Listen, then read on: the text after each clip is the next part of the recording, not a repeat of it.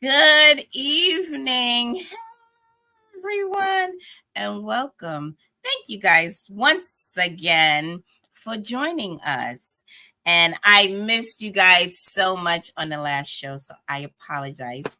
But I'm sure my co-host did a fabulous job. Matter of fact, I already know he did. He did an excellent job. So he doesn't always need me. He think he does, but he doesn't always need me.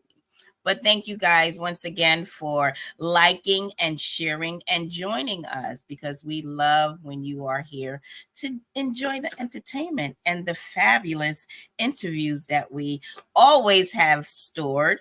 And we have again a fabulous interviews uh, coming up. So let me introduce my co-host and the hostess for the mostest, Mr. Gerald C. Anderson, and he's now a fiance. I was trying to get like fiance in there, but I couldn't find nothing to rhyme with fiance. Yeah. Hey, welcome back. Welcome back. Welcome back to the show. Yes, I know. And you know what's so funny is like, granted, it was only one show, but it feel like it's been like a month. It has been a month. Why it seems so long though? It was only because it's been a month. It's been a month since you've been on. No, it's been 2 weeks. Oh. Okay, I don't know. Who cares? I'm back. You're back. So once again, we have so much, coming up, and we have so much that we have to look forward to, and we're looking forward to. One is your new bride who will be entering the premises very soon. Very soon. And 35 days, but who's counting? I know, right? We know you count. Yeah. But we're all, of course, very happy for you, excited for you. And I just love her more than I love you. So it's like, it is what it is. Lord have mercy. Help her. Welcome. Help her, Lord. You're welcome. But we have a wonderful show ahead once again. And I guess you know what, you gotta, kind of school me on this one, and you guys forgive me because I'm not sure if we're going to do the positive media moment. I hadn't quite figured out. Okay, so Buff had an emergency, so she couldn't be here. Okay, so with that, let's just definitely send our prayers to Buff and her family, because she had an emergency and it's a family emergency.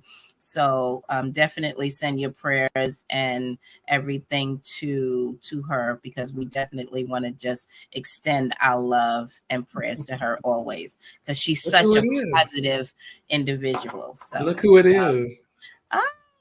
Mrs. Anderson. Soon to be Doctor. I know.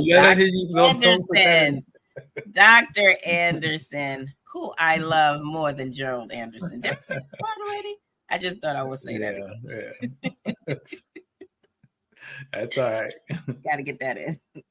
But so our positive media moment, we're actually not going to be able to get to that unless, does anyone do you want to share something positive this evening? That we got a full positivity here. The change makers issue.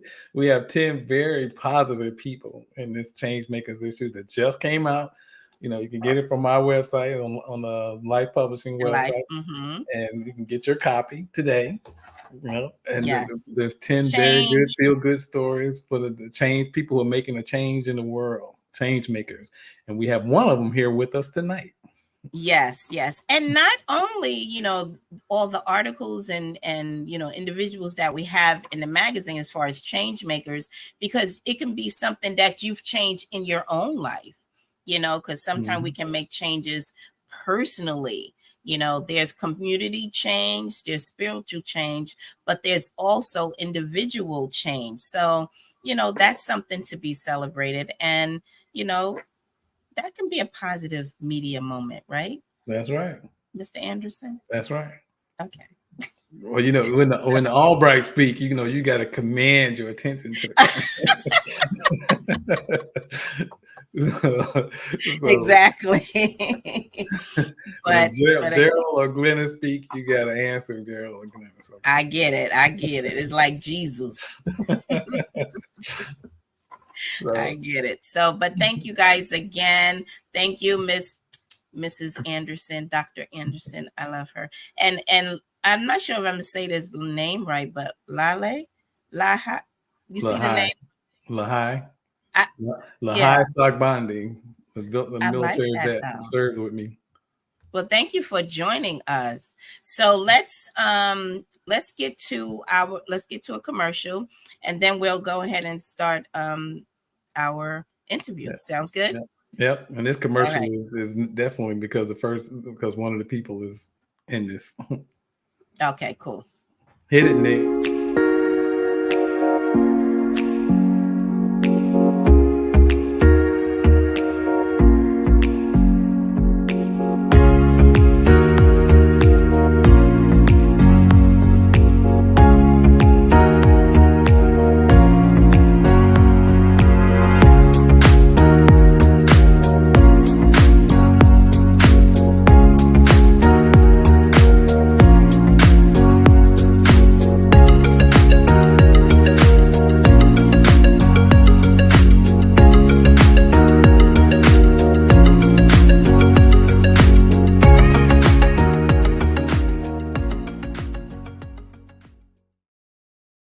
So that is Change Makers. Change makers, yes.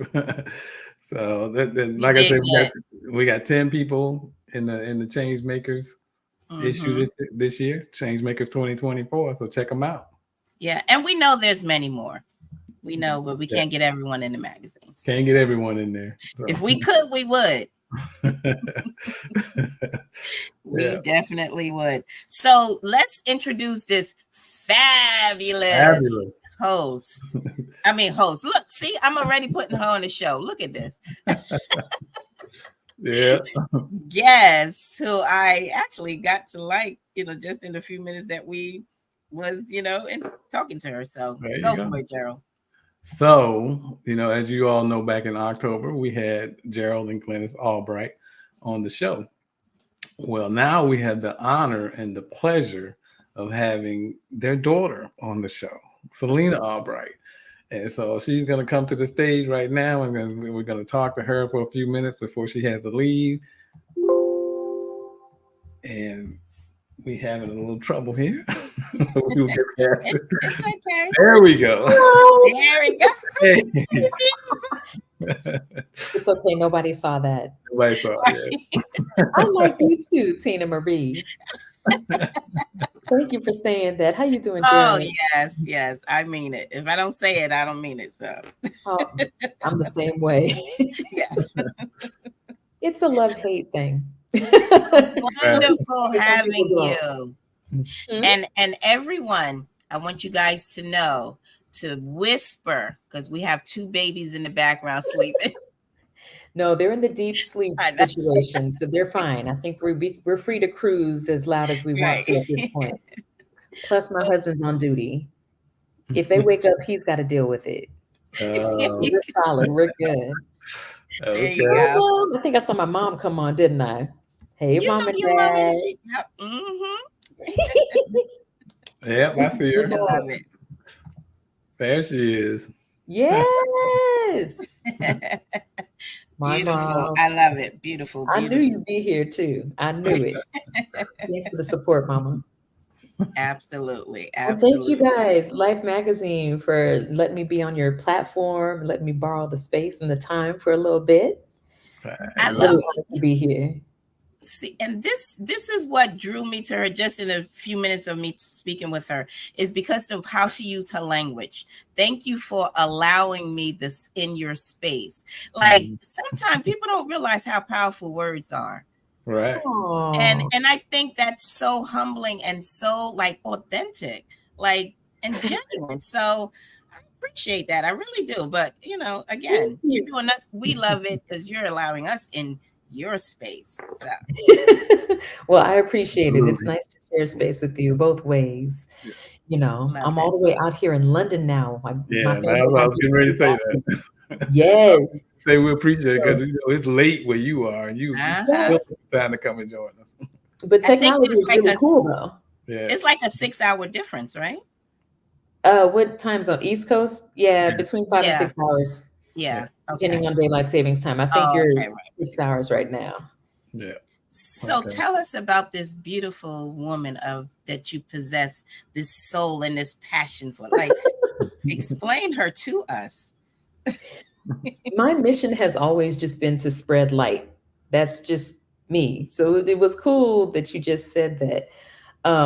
People call me sunshine, but whatever I'm doing at the time, typically it's just to spread light, spread awareness, help people to feel that they're not alone, help them to better be able to conceptualize things that they're going through. So I'm a songwriter, I'm a singer, I'm a recording artist, a collaborator, and apparently a healer too, in some ways, And a and, Okay. mom and a and wife a and a wife, daughter.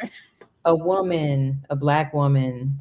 You know, I'm a lot Mm, of things. And so a lot of my personal experiences or the experiences of people who are close to me come through my music when I write. And I'm writing everything. I've only done maybe 2 or 3 covers and okay. released them, unless I was just working on someone else's record. It's typically me or someone close to me or something I've been studying for a long time. Lately, I've been studying narcissism. And Ah, yes, it's become this mm, huge key phrase. So I just wrote a song about a woman who's gotten out of a relationship with a narcissist as well. So I'm mm. going from my personal experience to experiences of other people and putting myself in other people's shoes now. So I'm expanding right now, which is really fun. But that's who I Wow. am. I'm a soul recording artist who really just wants to heal people and spread light. So you're able to transition yourself in another ways of basically showing people their healing through your music, perhaps, because I you're able definitely to try. be a chameleon in a sense, you know. Yeah, and it's definitely mission based. You know, God has given me lots of different hats to wear over the course of my life and lots of different experiences that maybe other people haven't had. I think He's doing it for a reason, just so that I can have a testimony, to spread to other people who may be going through things or who may just want to celebrate. Because I have some happy songs too, and songs about love and about. I have even a song about food. So, you Oh, know, I need yeah. to hear it. It's called Eat Something. You would like it. I think you'd like it. It's Is there real a catchy. waffle in there somewhere? Say it again. Is there a Wow. waffle in there somewhere? No, I didn't add the waffles in, but it's some turkey necks and collard greens and cornbread and rice and beans. You know, it's got some other Okay, stuff in there. I'll take that too. Well, I want to know what it was like growing up in the home of a legendary jazz musician. I get that question all the time. It actually felt normal to me because that's all I knew. But it Okay. was really cool. I got to meet some cool people, and I didn't realize it was weird or different or rare until I started talking to my friends about it. And then they were like, "You're lucky." And I'm like, What? Oh, that's right. You haven't met these people. So it was really cool to see my parents at work. So my Mm, mom would be the networker and the person who would build and either create, initiate or maintain relationships with people through giving gifts or just making them feel comfortable and special. And my dad showed up on stage and he would just tear the stage up, just set the whole place on fire and yes. Yeah, blow the paint off. So they were a great partnership. So man. I got to see that, and that helped me to aspire to be who I am today. Actually, they're responsible for a lot of that. So how did you create, or I won't even say create. Somebody playing music? Somebody jamming in the back. You should be paying That's attention to my the song show. too. I'm cool with that. Let it I play. know, right? But I through interviews, I've always heard, children of celebrities always kind of make the statement of they had to find themselves, their own identity. Because when they say, when they see Selena, it's like, oh, that's, the daughter of The Albrights, Miss them, Miss Albright. So it's like, how did you Yeah. find your own identity? Not to separate from them, but to kind of make it like, this is who I am. Oh, it took a long time. I had to study other people. So, when you grow up with your parents, they're the only people you really see unless they expose you. So, over the course of the years, I was exposed to a few, different artists and different people, and I just observed.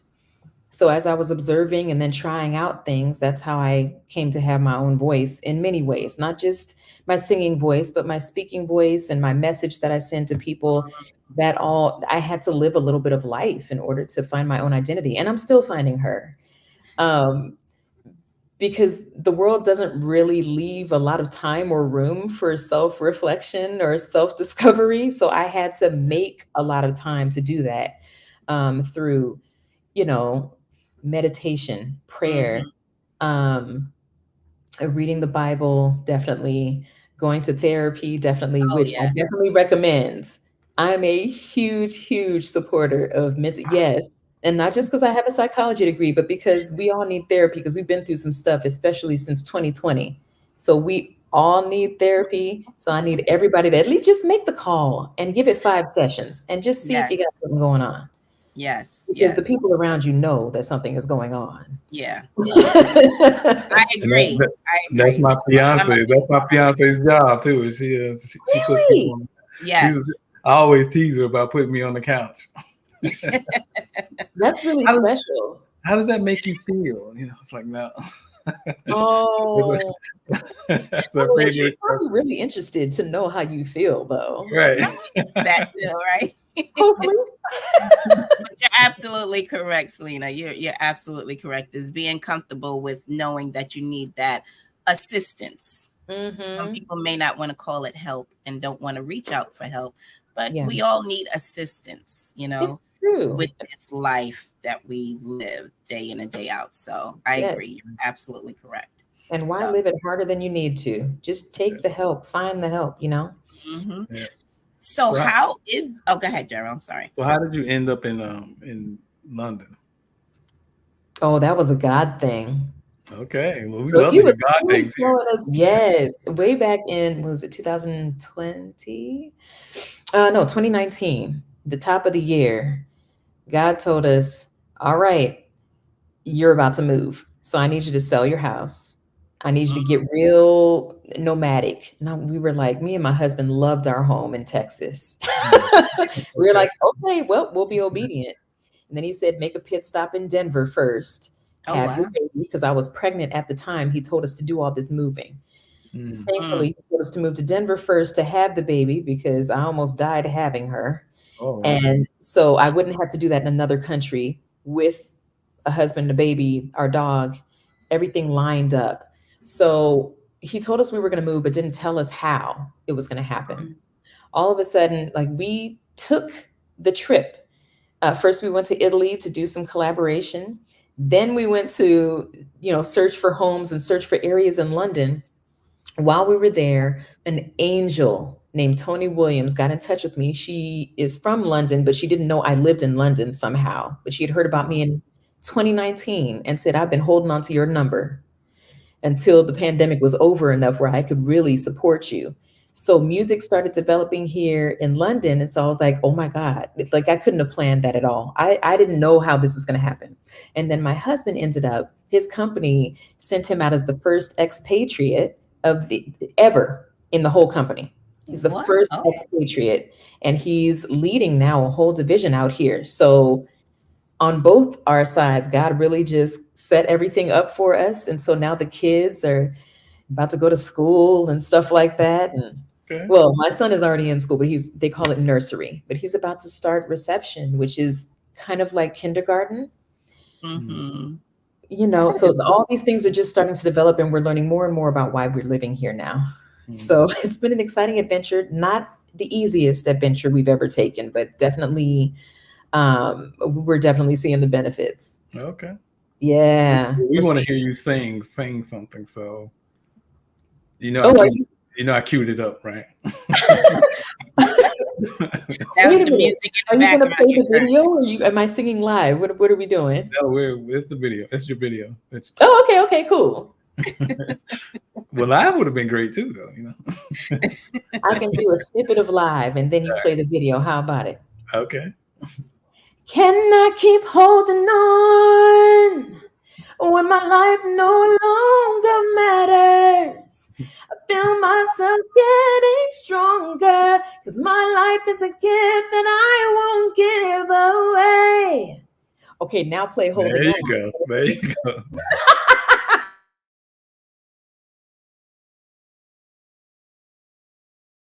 Can I keep holding on?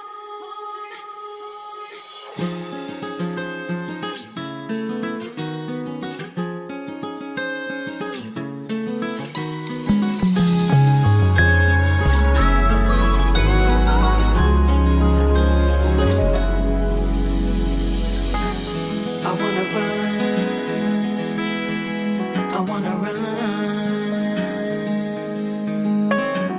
Saw this path going so differently before it had begun.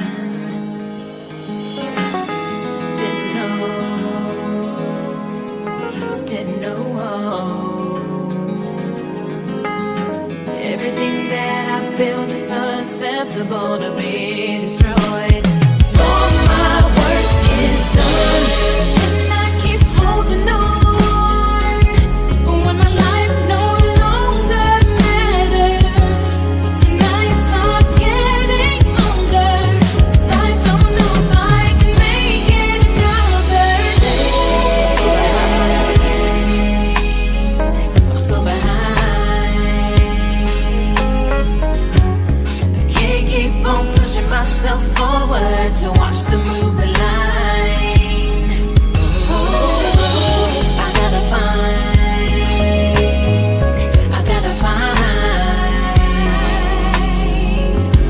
any strength I have to break down this system that benefits the few. Take back what was mine. Can I keep holding on when my life no longer matters? The nights are getting longer, 'cause I don't know if I can make it another day. Can I keep holding on when my life no longer matters? The nights are getting longer, 'cause I don't know if I can make it another day. Burn it all to the ground.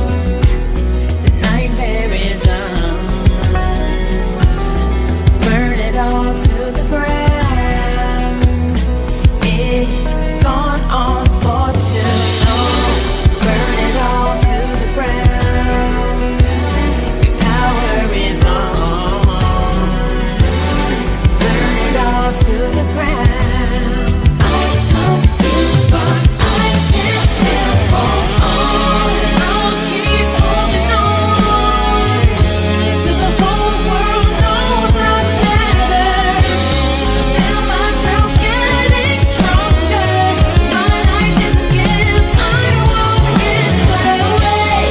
I'll keep holding on till the whole world knows I'm better. Feel myself getting stronger. My life is a gift I won't give away. Just when I thought I had nothing left, I found my face again.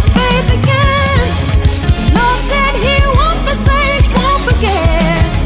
So I found that I won't give up yet. I'll keep holding on till the whole world knows I matter.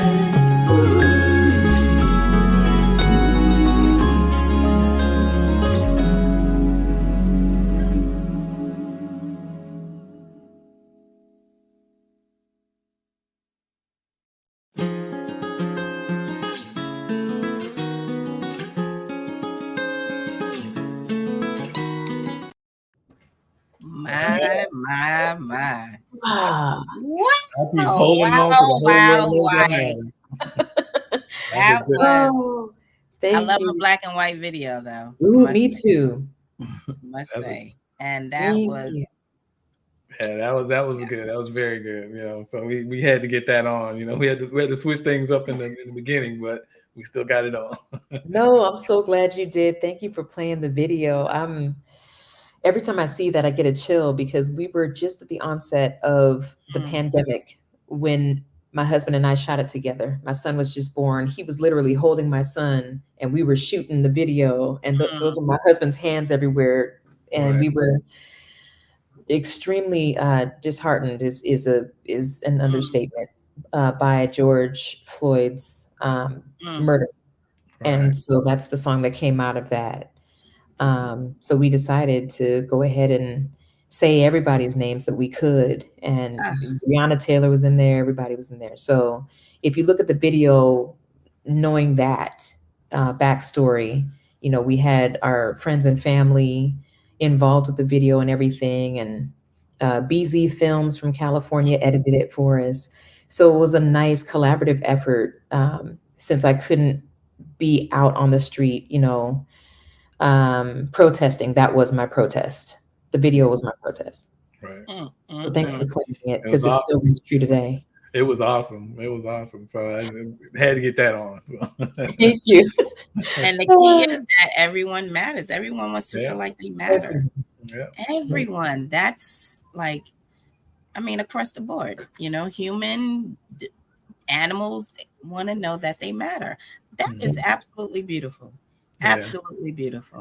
Sometimes a lyric of a song will stick with you, and so I'll keep holding on to the whole world knows I matter. That's gonna stick with people. Good. Yeah, I'm speechless. Yeah. Excellent job. I mean, and if she's speechless, He's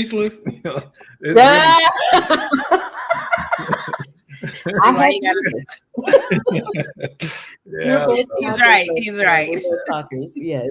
So it's powerful. It's powerful if she's speechless. I can tell you that. Oh my God. You know what? Enough for you. Enough. All them 10, 15 personalities we was talking about, none of them got nothing to say. See? Yeah, I know. Yeah, we all got. So before we let you go, because I know you have, other things to get to. I keep seeing, I think I seen your mom put up here, Lean Bean. What is that? What is that exactly? My gosh. That's her nickname for me because I used to be so thin and I'm high-waisted. And I was just like a lean bean. Oh, The full nickname is Lean Bean the Dancing Machine. Oh, okay. Yeah, I used to dance a lot when I was younger, and she just, every time I would dance, okay, Lean Bean the Dancing Machine. I still have not, she still calls me that to this day. Well, yeah, because it was showing in this chat. Okay. Oh my gosh. And I have to read back through the chat and see because I was focused on just talking to you guys. Now I got to read back through. Thank you, everybody, for the comments. Mama, thank you for tuning in. Yeah. Absolutely. Oh, okay. All right. Well, thank you for joining us. I know it's really late over there in London, so it's not that bad. It's not that bad. But so you got an early shoot. You got an early shoot, so you got early flight tomorrow. Lord Jesus. Early flight. Okay. And where could everyone kind of find your music, see your video? Where could we? Okay, so I have a website, SelinaAlbright.com. I know, SelinaAlbright.com. It's spelled down here. Down here, Selina. Make sure you put I, or else you'll get Selena Gomez or any of the other. And you can reach me on YouTube, Instagram, Facebook. Everything is at Selina or at Selina Albright Music. So just search my name. I have a song called Search My Name. You can go on my website, find all my links, all my music, Apple Music, Spotify, Amazon Music, everywhere. Okay. Awesome. So if you haven't heard the music, you have some catching up to do, and there's more coming. And there's some great music out there. So y'all need to jump on over there and start downloading. Stream and download. Yes. Thank you. Tell them. And thank you, Lyfe Magazine, for having me. Seriously, I had a great time. Oh, no, you're a beautiful woman, beautiful spirit, and we'll have you on at any time. So you're an Albright. You're an Albright. So you're an honorary. Yes. You're Albright and you're all right. Out of sight. Now I'm telling my age, right? Or my parents' age. Stay uptight, out of sight. Everything is all right. All right. Shout out to Stevie. All right. Exactly. Oh, thank you. Have a good Have a evening. good Okay? night, sweetie, You. and safe travels. Thank All right. you. Bye. Bye-bye. Bye-bye. She is awesome. I like her. Yeah. It's like you meet someone and it's like, oh, she's a friend in my head. Like in my head, we're like good friends. Right. Yeah, you know, them Albrights, they're awesome people. So Yeah, they definitely are great. So I guess we can get to our second commercial and then get to our next fabulous interview that we have. So let's hit that Have you commercial. always dreamed of writing a book, but you're not sure where to start? Or maybe you've already written a book, but you don't know how to get it published? Don't worry, you're not alone. Self-publishing can be daunting, but it doesn't have to be. That's where Lyfe Publishing comes in. We're a full-service self-publishing company that can help you every step of the way, from formatting to distribution. We can even point you in the right direction for editing and marketing your book. With Lyfe Publishing, you can finally share your story with the world. We'll work with you to create a book that you're proud of, and we'll help you get it in front of readers. So what are you waiting for? Start your self-publishing journey today with Lyfe Publishing. Visit our website or give us a call to learn more. all right. So if you're an author out there, want to be an author, jump on that. Lyfe Publishing. Absolutely. We got the platform. That's right. Use it. So make sure you guys are sharing. There you go. Yes, I know you guys missed my signs. I know you did. Yeah, we Right? really missed them. And subscribe. I know you guys missed my sign. I know you did, Gerald. I mean, I missed them. I really missed them. I know. So our next guest we have someone that's from the Changemakers issue. So she's I had the opportunity to interview her. She was a great interview, and she has some very good information. If you haven't seen this yet, see, this is it right here, because we're gonna bring to the stage Ora Tanner. Yeah, breaking Talk news to us about her AI technology company. Yes, good AI. Yeah. Oof. Hey, Ora. Hey, how are you both doing? Super well. excited to be here. All right. Yes.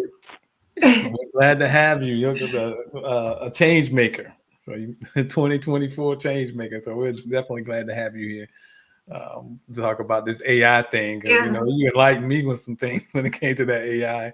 You know, I really, in particular, the thing that stuck out to me the most was the Netflix thing you told me about, how they had the different covers.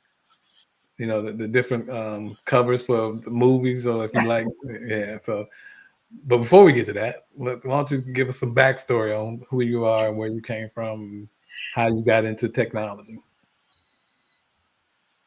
Okay. First of all, thank you so much for having me. I am super humbled to be in the Changemakers issue of your magazine.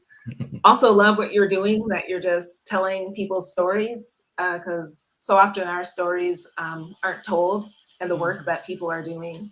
So I just wanted to thank you for that.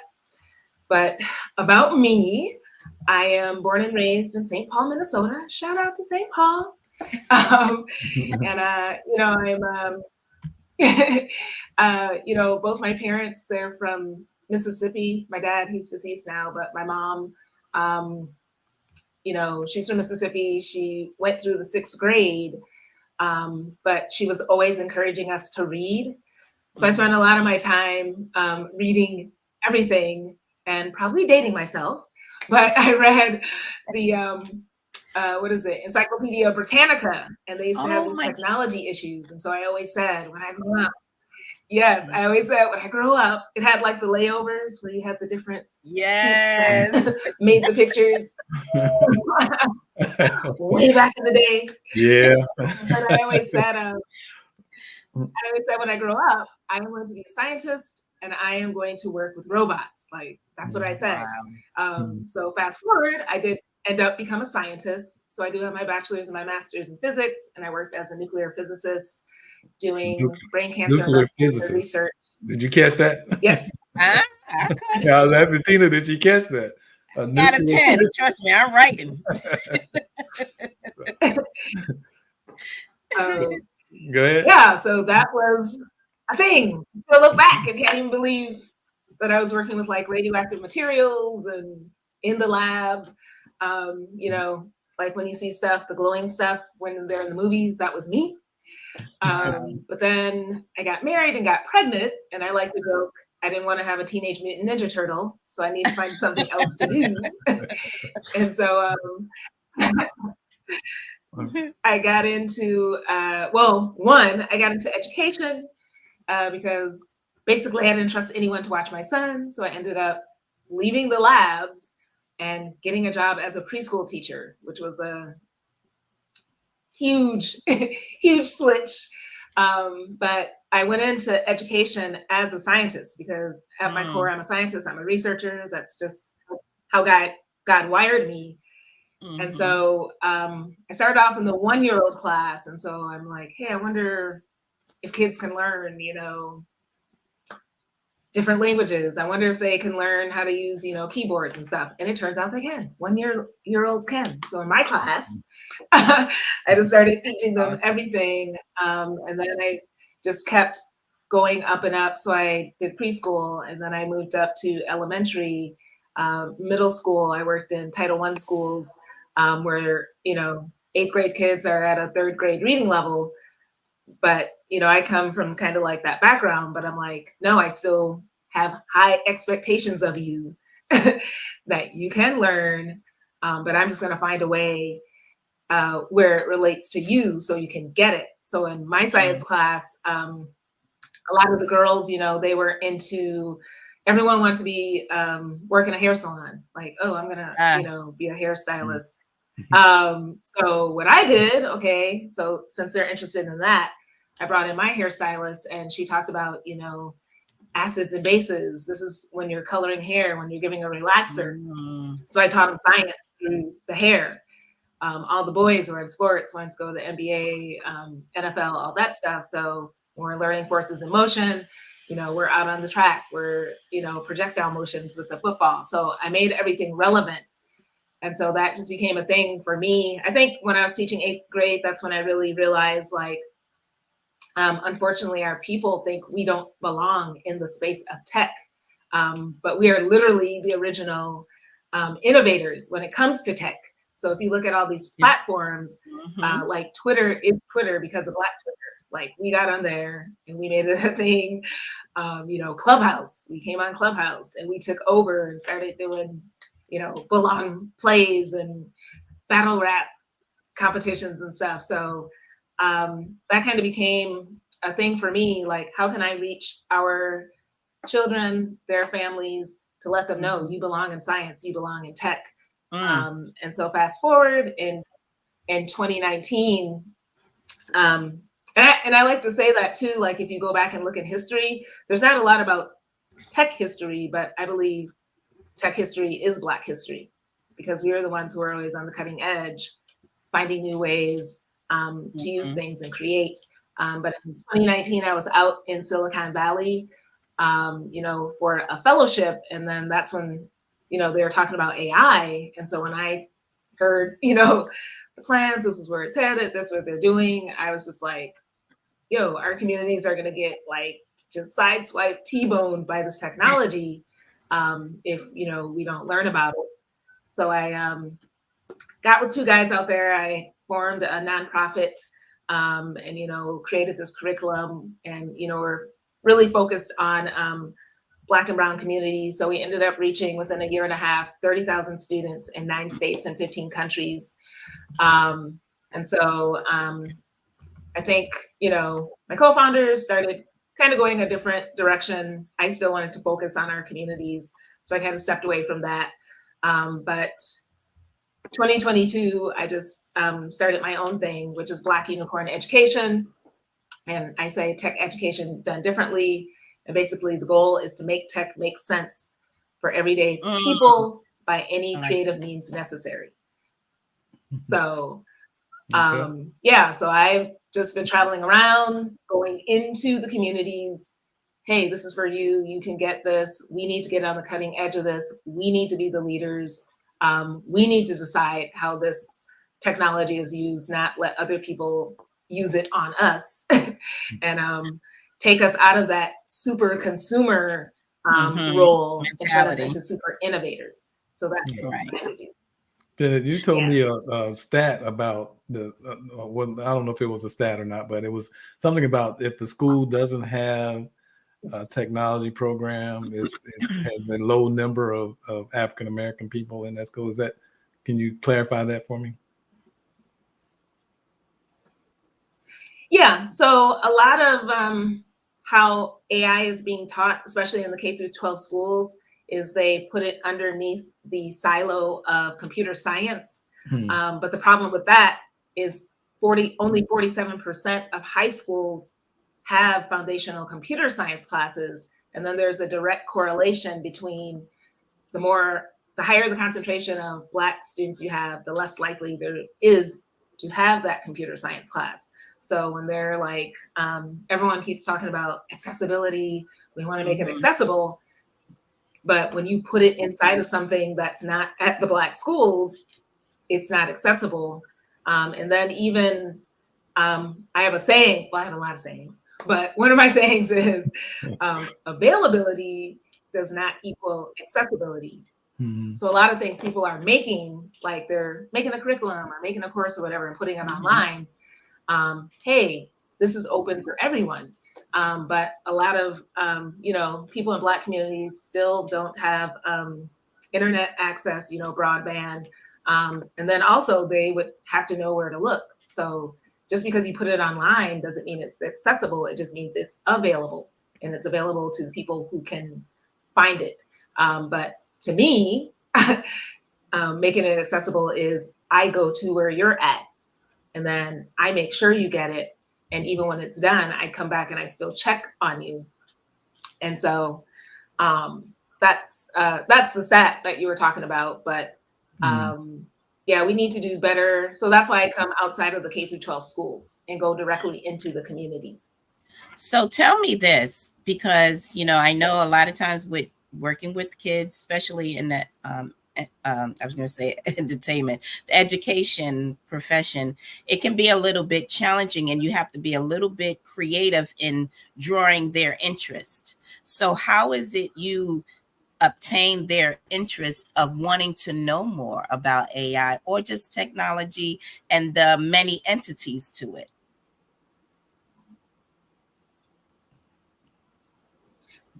Yeah, so I use, I kind of use the context of where they're at. So I know most kids, well, not most kids, it's not even kids, because I also do college students, I also do adults, but I know people are online and they like reading news stories, like, oh, who's doing this, who's doing that. I know you like fashion, I know you like music. So there are just news stories out there about AI. So I lead with those, like, Drake in The Weekend. I don't know if you, either of you heard that song. Someone had used AI to create this song. That was a collab between those two, but it wasn't even them. It was just someone had trained an AI system to sound like each of them and then released this song. So that's a story. Or, they have these robotic dogs that NYPD is using, and they're rolling up on scene, or sometimes you can see them walking, in the alleys and stuff like that. So it's this stuff that seems like it would be science fiction, but it's related, to music, to fashion, for instance. And I know young people, especially Gen Z, they're very socially focused. So they want to make a difference in the world. So one of the stories I used to introduce AI is about Levi's. Last summer, they wanted to, increase the diversity of their models at their company. So their solution was to use AI to generate Black models. So the models weren't real. So when you look in their ads, you see Black females, whatever. And so that was their solution. And so I want that to kind of make them feel some kind of way. Or how did they do that? How did they make a person? And so just starting conversations, but definitely starting with just special interest stories to hook their attention. Right. And do you also inform them the professional side? Say, for instance, if there's a child that loves to draw, like where that technology of just being someone that's, that knows how to just, look at a picture. And I'll just say this, my granddaughter, she's 8 years old. She can look at a photo and draw it. So how would you explain to an 8-year-old how they can transition that into technology or AI, or where, again, it keeps their interest, because this is something that she really loves to do? Yeah. So what I normally do is I just put the tools in people's hands. So like I said, Black Unicorn, I work with everyone. So I work with, actually, I think the youngest class I had was like a second grade class, which I wasn't expecting, but it ended up being great. But say like I have 8-year-olds and they're interested in art, I'll be like, hey, do you want to teach a computer how to do art? And then I will have the AI tool there and then just start showing them how to do it. So I don't do too much talking when it comes to kids. It's just very little talking. And then I just put the tools in their hands and let them start playing around with it so they can build that confidence. And then as they're doing things, I explain it or ask them questions. So how do you think the computer is able, say you type into one of these AI art generator tools, you could put, a fuzzy brown puppy jumping on top of a giant strawberry. Right. And then you hit generate, and then it will do this. So my thing to them is, how is the computer doing that? How does it know whatever? And, they give me their, guesses and things like that. So just through conversation, they're learning, but they're also seeing. And so, okay, let's try it again. Do you think it can, make this? And so, giving the kids the tools. And then I think that helps them and lets them know it's not a big deal. Like, you can do this. You should be using this. You can use this to do what you want to do at a greater level.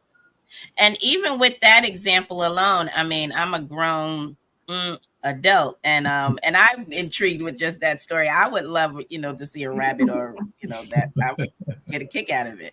So for us adults, and I know it's like burning, Gerald's brain, because he says I'm technology challenged. Yeah. So what are some common things that we do that have AI that we may not know that they have AI in them? It's in my phone. Like, I see it pop up on my phone. Which is weird. I don't know. Oh, what do you mean? Like, you have some common everyday things that we're using that have AI in them that we don't realize that they do. Yeah. So your email. So anytime you're sending email, there's AI working underneath, and it determines what goes to your spam folder and what makes it to your inbox. And if that wasn't there, we would just, like, our inboxes would look horrible, because we don't ever really think about, spam or things like that. Yeah, I know. All the social media platforms. Oh, she's like me. All of the social media platforms are using AI and they're collecting so much data on you, but to determine when you see, like, it's like, hey, you might know these people, you should be friends with them. It determines what shows up on your feed and things like that. You had mentioned Netflix earlier. So Netflix, YouTube, things like that, they're using your data to recommend what kind of movies it thinks you want to see next. And the example in our interview that I shared with Gerald was, if you ever go on Netflix and it shows the little thumbnail for all the different movies, if you ever look across profiles, like if your family has like 4 or 5 different profiles, the thumbnails change based on the types of movies you like. So me, for instance, I'm always liking, Hallmark romantic comedies. So the thumbnail for, say, like the movie Stranger Things, it's going to look like a romantic comedy. And I'll be like, oh, I think I want to watch Stranger Things. But if someone else likes horror, AI is going to make sure the thumbnail that it produces on that person's profile, it looks like it's a horror. It'll have some kind of graphic to make you want to click on it. So the whole thing is there could be like 30 thumbnails all trying to get you to watch the same movie, because these companies make money the longer you're on their platforms. And something like Amazon, which I'm sure people are on there all the time, they have so much data. They know what you're going to buy before you buy it, because with AI, they can predict with a very high degree. Like, say you put something in your shopping cart, or say you clicked on something, or say, you keep searching. They use all that information. Mm-hmm. They'll go ahead and ship it to a fulfillment center near you. You haven't ordered it yet. They'll ship it to a fulfillment center near you, so that when you do go ahead and buy it will get there that same day or in less than 24 hours. Wow. You know what? I always wonder how they, like, when I order something and I want it the next day, it's like actually there. Because I'm like, okay, this is not going to come like the next day. And it actually comes the next day. Like, that's amazing. That is so interesting. That's because they have... Yeah, they have good predictions on you. They have a lot of data. And so... Yeah. Like me, I have all my stuff turned off. Like, I don't want it to remember my history when I'm searching or anything like that. So wait, so how do you turn it off? How do you turn it off? Oh, in the settings, there's always the option for them not to remember your history. Like on your phone, your AI uses your location data. Not just when you're using Google Maps, which also uses AI, but also just tracking you where you go. So based on your patterns, it can tell your behavior, it can tell your habits. And I've even seen some, like some of the companies like Burger King and McDonald's, I've seen one where if you get within a certain amount of feet within a McDonald's, a Burger King coupon pops up. Because by your location. Wow. Yes. Amazing. Yes. Technology. I tell you, oh my gosh. So can you tell me why my printer won't connect to my computer? Help her. That's actually a real problem, but that's another show. Like, DM me. Exactly. You gotta have it plugged up first. Wow, this, like, all of this information, this can be a long show because I have a lot of questions and I'm just so curious. And I don't know if you heard me, but there are times when I go on my iPhone and it asks me if I want AI to help me, and I always say no, because I don't know what it's gonna do. It's like the weirdest thing, and I've never seen that before. So I guess it's trying to track or help. I don't know. Yeah, basically it's just gonna start collecting data about you. So it'll learn your voice. It'll learn like anything you're doing on the phone. I know TikTok is diabolical. Like TikTok knows your keystrokes. So they have so much data that they can actually identify you by the way you type. And whatever's on your copy paste or clipboard. So yeah, these AIs, they basically like learn your habits. So if you normally around, say 12 o'clock every day, you call your mom, if you had the AI assistant on, when it comes to be like 11:55, if it's learned that pattern, because that's what AI does, it takes huge amounts of data and then it's able to predict what it should do next. So say like it knows, okay, you call your mom every day at 12. The AI assistant will be like, hey, would you like to call your mom? Because it's learned that pattern about you. Mm-hmm. Can AI pay Duke Energy for me? With your money, it can. It wants to help with everything. Pay some bills. Wow, that's amazing. I think, like Renata stated, it's just crazy, like where everything is in this technology. Wow. Well, thank you for coming by and taking time out of your schedule and enlightening us with that AI. So we're gonna have to have her on again because I think we have a lot to learn. Okay. So don't forget, change maker. This is a change maker. She's changing the world for young people and getting them in the technology world, the technology space, so they can learn. So we want people like her. Absolutely. And we need to support that too, because these kids are growing really, really fast with this technology. Right. So, all right. So thank you again, Ora. I love it. Absolutely love it. All right. You have a good evening. And I'm gonna call her from her print. This is great. All right. Thank you. Bye. Bye-bye. See ya. That's awesome. I mean, that AI, it freaks me out a little bit though. I think that's a bit much, but but it's real. The Netflix thing always got to me. I didn't know they had all those different thumbnails, and they just putting the one up there to entice you to click on it. Because I click on stuff and I'll be like, well, I don't want to see that. and I wondered why, because mine is like so. I thought it would keep track of what I like, not what they're suggesting that I would like. Right. Yeah, it's just technology, baby. Okay. All right, let's get to our commercial so we can pay Duke Energy. Hello, I'm Glennis Albright, your Waffle Queen. And welcome to my kitchen. But now I'd like to invite you to join an even larger and more exclusive kitchen. Cooking with Glennis's Kitchen Masterclass. Our Masterclass group isn't just a Facebook group. It's a vibrant, supportive community designed for cooking enthusiasts. Here, you'll gain access to a treasure trove of unique, easy-to-prepare recipes exclusive to our group members.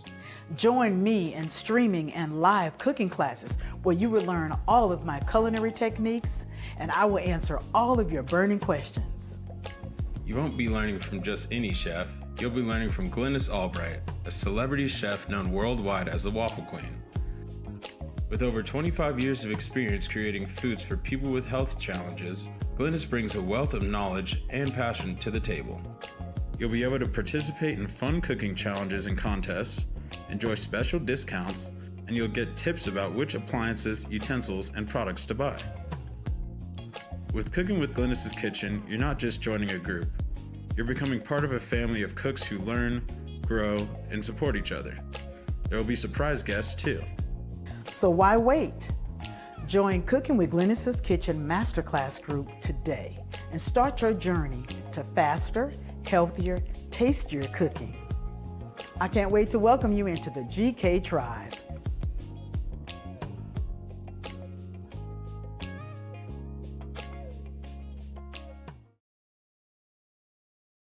All right. Masterclass. Sign me up. You definitely want to get into that. I think there's like at least three different packages in memory. Oh, yeah. I definitely got to look that up. So I hope everyone else took notes because I did. You get some lessons from a master. Mm-hmm. So I just want to give a shout out real quick to Devon Tyler. I just see he's on here today. He's from the Department of Education with me. So he's on here today.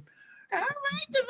Thank you for joining us. And we have Nandra. We have Renata, of course. Mm-hmm. And I'm just going to say Mr. or Mrs. Love. I don't know what that first name is. Is Zenobia? I think.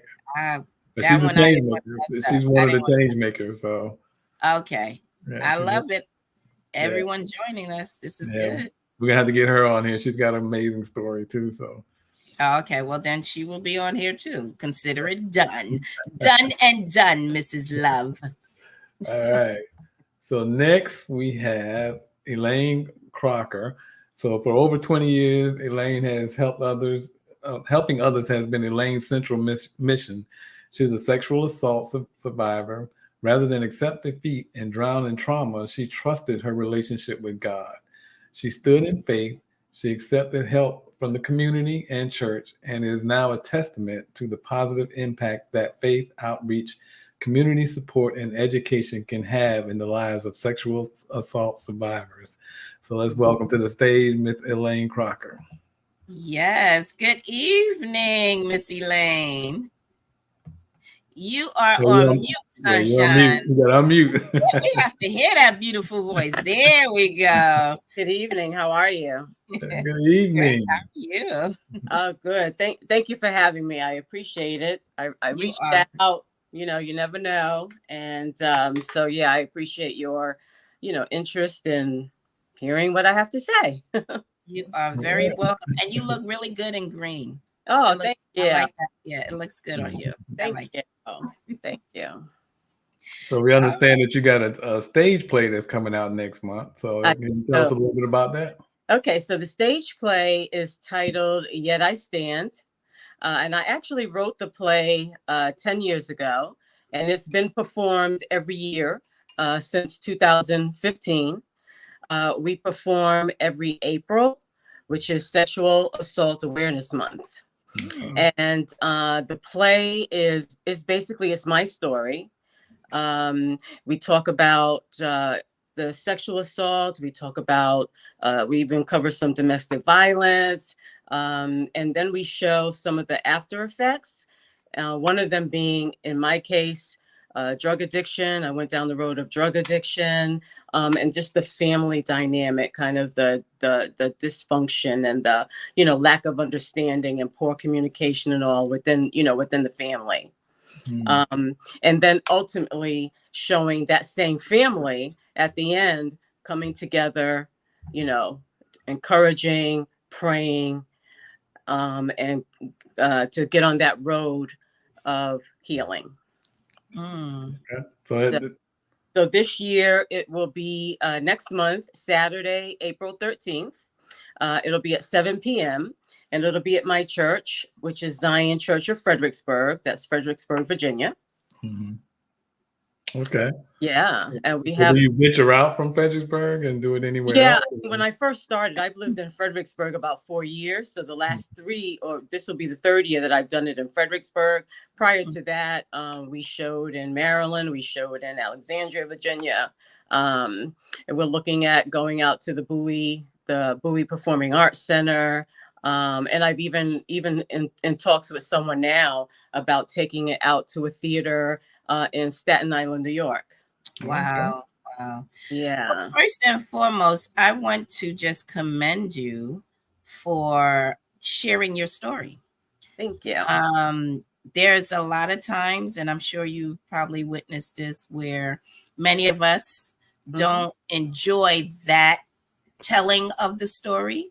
Yeah. Because it's in violation of ourselves and family and so forth. So I absolutely just commend you on sharing your story, because this is how we're learning and this is how we survive. So thank you. Thank you. I appreciate that. And and really that's the reason that I share, is because I know that from my experience, not talking about it, taking on the weight of it, the blame, the shame, just everything. Yes. That is kind of what led me down that destructive path, using drugs to cope and, all those things. And once I got to that place where I started talking about it, the freedom and just, the whole world opened up, and I went from being, powerless and voiceless to hopeful and, living a full life and all. Yes. And yeah. And why not? I always tell people, like, we're not responsible for the things that happened to us, right? There were some things that were done to me and it wasn't my fault, but I am responsible for my healing. And there's power in that. There's power in that, taking responsibility for myself and for my healing, and there's also power in using my voice, once that I felt was once cut off, I use my voice, So what drew you to this point of power, so to speak, that made you say, okay, I have to do something about this, and zoning in on what you should do? Mm-hmm. How did you get to that part? Yeah. Well, like I said, I was addicted for gosh, what was it? Over 10 years, really. It started in high school, and I didn't stop using until I was very close to 30 years old. And it was, as you hear people talk about, you hit rock bottom. And the reality is that I hit rock bottom actually many times, but there was just this point in time where that one day I fell and I hit, and it just was like, I can't keep doing this. Like, it became so clear, like, this is going to kill me. Right. This is going to kill me. And I had to make a decision. Am I okay with that? Because for a long time I was okay with that. If I die today, okay, and I wasn't okay with that. I didn't want to die that way, but I didn't want to live that way either. And I was in a position where basically I was locked away, suicidal. I was on suicide watch. And it was in that place that I had an encounter, and I believe that I had an encounter with God. And God was able to come to me while I was in that place, by myself. And the transformation started. He led me to the word, to the word. I started learning, not just who he is, but who I am. It was through the word that I learned that, that it wasn't my fault, and where I once didn't really believe that God loved me or cared about me or anything. As I look back over my life and the different experiences, I realized I wouldn't have even been there in that place at that moment had it not been for God keeping me and saving me over and over and over again. And the journey began. I actually went into drug rehab. In a rehab center for 3 months. I went from there, very strategic steps. I went from the rehab center. I went to group homes. I was in a group home for recovery for 2 years. And it was there where they really taught, how to take responsibility for your life, work, pay bills, all of those things, I went to meetings constantly, the Narcotics Anonymous meetings, and all of those things, and still, growing my relationship with God, beginning to go to church. It was like all of those things, and being willing to talk about it and to get the help that I needed. So when it came down to the play, did you find that you had to strategically find the individuals to play certain parts so that the message is like delivered clearly, I guess, if that makes any sense? I'm sorry, I'm on my phone. I'm just plugging my charger because the battery's getting low. No, the way that it ends up happening, it just happens that way. That when I first started doing the play, I honestly, I had no idea. I didn't know what I was doing. I'm sorry. Here, I didn't know what I was doing. Help you with that. I didn't know what I was doing. I really didn't even know anything about writing a play. But through prayer, it was like God just led me to the right places, led me to the right people, and just kind of guided me step by step. And I would just reach out to people, and there's sites that you can go to where you can find casts, and I would reach out to people, and as we're talking and auditioning and things like that, and I'll tell you, for all these years, the people, the cast, they've just always just been perfect, just been just right, and bought, it bought to the play and to my story exactly, what was needed. Wow. Really blessed with that. And sometimes there are sexual assault survivors in the play.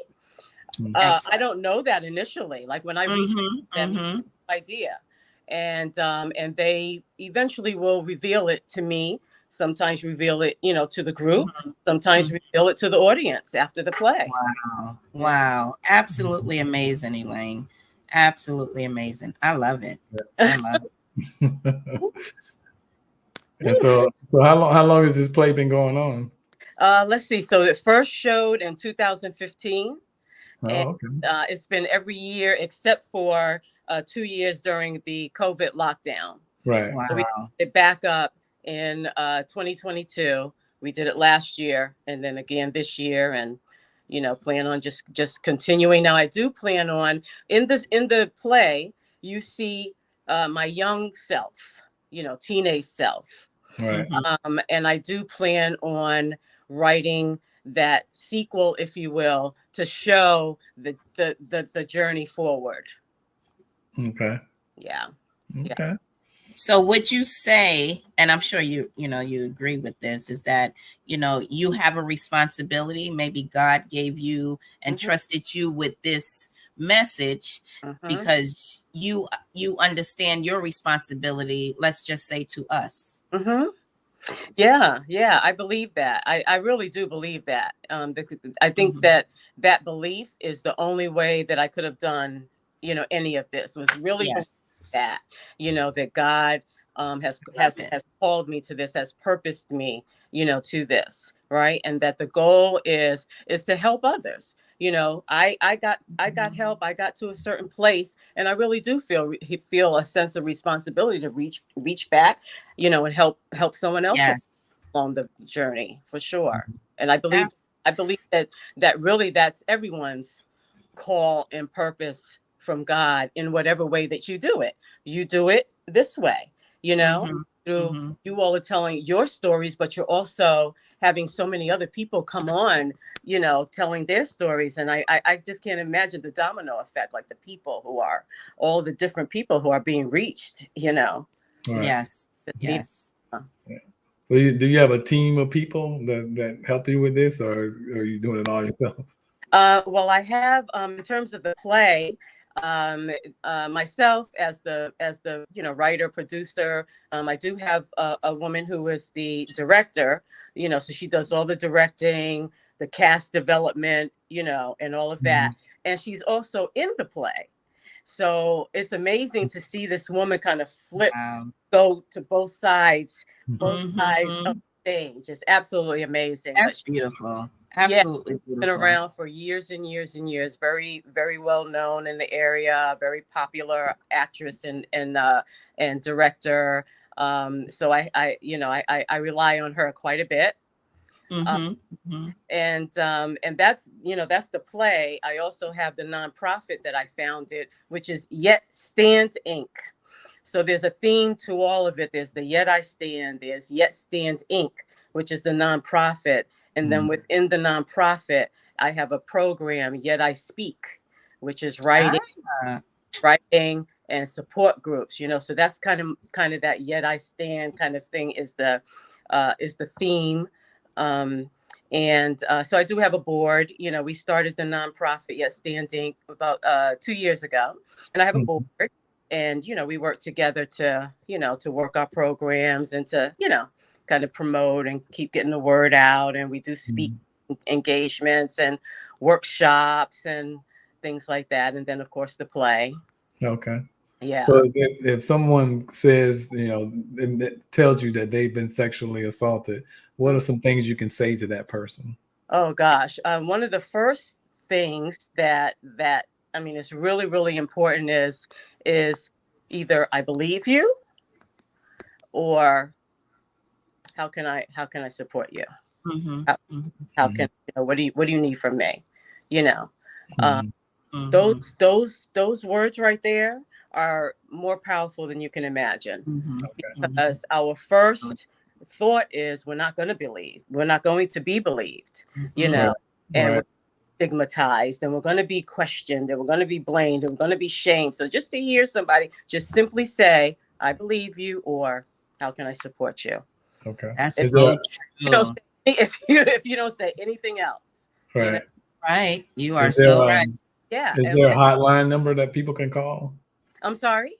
Is there a hotline number that people can call to get help? It's the hotline. What is the national hotline? Is 1-800 get help. Yeah. So when you type the get help, the numbers, to get help, 1-800 get. Yeah. Wow, this is beautiful. And there's other RAIN. I don't know if you're familiar with RAIN. Oh yeah, see, I'm familiar with RAIN. Yeah. Very, very. Actually, the hotline is through RAIN. Okay. Yeah, so they have a variety of all kinds of help and programs, and that's one of the things we do is try to connect, because we can't do everything, and so we try to make sure we're aware of resources to pass on, resources to those that need help. This is absolutely beautiful. I love this. I like this. So where are your plays now? And I say plays, it's just the one play. So far. Okay, maybe I speak of something for you. Yeah. Because where could one, come to see? Yeah. So the upcoming one, like I said, is in April. It's April 13th, Saturday, April 13th, 7 p.m. That's Zion Church of Fredericksburg. So Fredericksburg, Virginia, and it's 2222 Emancipation Highway, which used to be Route 1 in Fredericksburg, and it has since been changed to Emancipation Highway. And next year, I don't know. Like I said, I'm looking into maybe going out to the Bowie Performing Arts Center. No, we may be in New York. I don't know, but we will be somewhere. That's good. So and your social media, are you Facebook, Elaine Crocker, Yet I Stand Stage Play, Yet Stand Inc., any of those on Facebook, Instagram.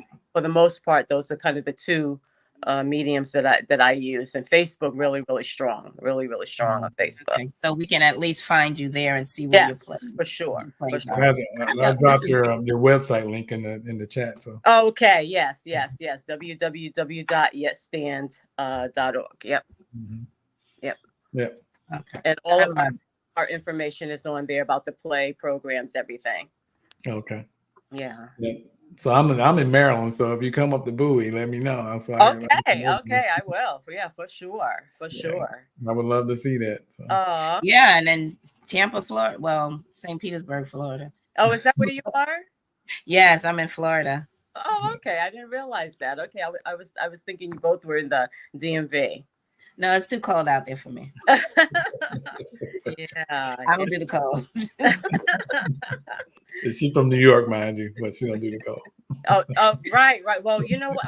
I was born in the Bronx, and lived in New York, and then grew up in Providence, Rhode Island. So, and I'm the same way about the cold, and those are two very cold places, and I don't like the cold.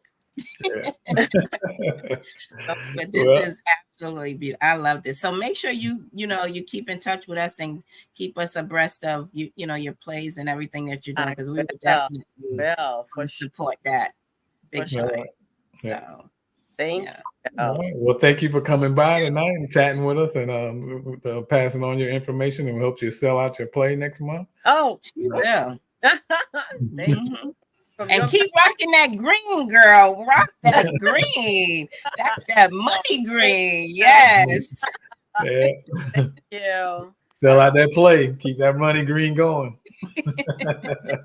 Yeah. Thank you again, Miss Elaine. Thank you so much. I really this time for sure. Thank you. All right. Okay. Have a good evening. You too. Bye-bye. Bye. Yeah, we have to definitely keep up to date on that. I would like for us to kind of get involved in that. So she's a beautiful lady. You have great neighbors. Have a great name. She in Virginia. Well, you're in Virginia. I'm in Maryland. Well, it's the same, but different. Okay. But yeah, I think that's like awesome. That's awesome. So we have 3 awesome guests tonight. So oh my gosh, yeah. So I mean, I'm gun ho about all of them, and that AI, that's a big deal, because that stuff is crazy. Right. The stuff I come across, I don't know that. Yeah, oof. Like Ora stated, she said that was inspiring, and she's correct. It was absolutely inspiring, and it make you want to, just know that we all have a responsibility for each other. That's right. That's right. Whatever entity that comes in, we all have a responsibility. Yeah. So they put me in that frame of that standing firm frame of mind. I was thinking that too. Yeah. It's ironic that they both came out the same year. The same. Oh, really?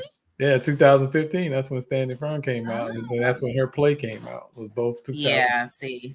Yeah, I think that's great. So, but thank you everyone for joining us. And I mean, once again, big support, for our supporters. We need you. So we're here. There'd be no show without you. Thank you. That's the truth. So we thank you. Thank you, Ora, for being a great guest. Celine, I mean, love her. I think I'm gonna go find that video, because I want to play that. I like that. Yeah, it was good. It was good. So I watched it a couple of times before I showed it. So. Yeah, I'm definitely gonna watch that. So thank you, Christina. And who else was joining us? Miss Love, because I'm not gonna botch up your first name. Renata and Nandra. So Will, thank you, everyone.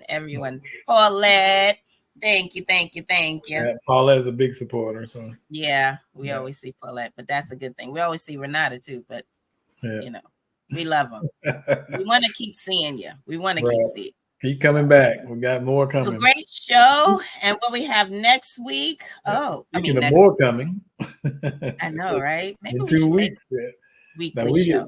Do you remember Lanice Jackson, Germany? Oh, yes. She'll be coming on here. She's another one. Yes. A long line of great chefs that we've had on the show. And I've had her food. Really? Yeah.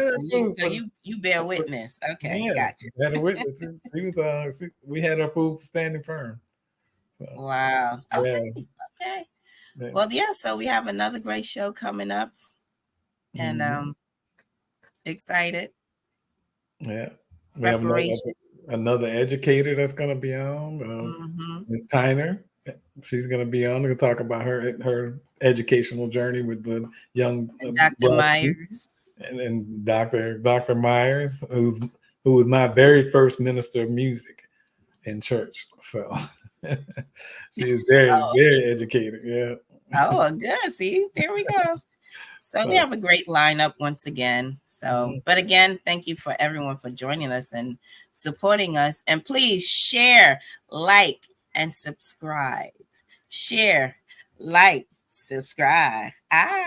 Don't forget to like, subscribe. Life change makers. And next month, in April, we got a great issue coming up in April. And the cover is you rubbing your hands. You're like, yeah. The cover is none other than the legendary Whispers.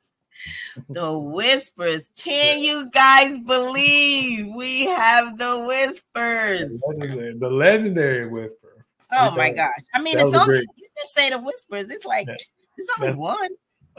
That was 3 of them. That was a great conversation. 1 meaning 3, but yeah. That was a great conversation with those guys. So make sure you get that. If you subscribe, you'll automatically get all of these: the Change Makers, Whisper, Spring, Summer, Winter, Fall. Yeah, I'm telling you guys, we need to continue paying our bills. This light don't stay on if we don't pay it. That's right. All right. All right. So until next time, you guys have a great night. And till next time. Till next now it's time to say goodbye. See you real soon.